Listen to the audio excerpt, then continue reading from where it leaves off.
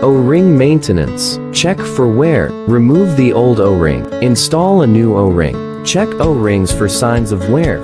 If there is wear, O-rings should be replaced immediately. First, remove the O-ring. Then install a new O-ring. Handle cleaning and disinfection. Wipe away visible residue. Wipes the handle surface with alcohol. Blow dry the handle surface. Wipe away visible residue with a clean, damp cloth.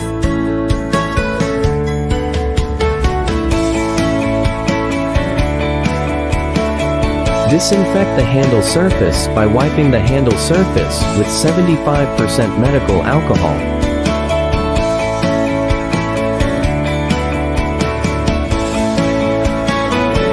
Use compressed air to dry the handle surface. Booster tube cleaning and disinfection. Rinse the surface stains on the booster tube. Soak the booster tube with medical alcohol. Blow dry the booster tube surface. Rinse well with water.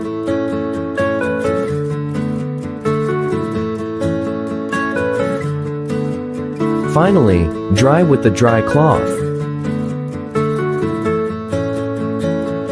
Soak the booster tube with 75% medical alcohol for 30 minutes.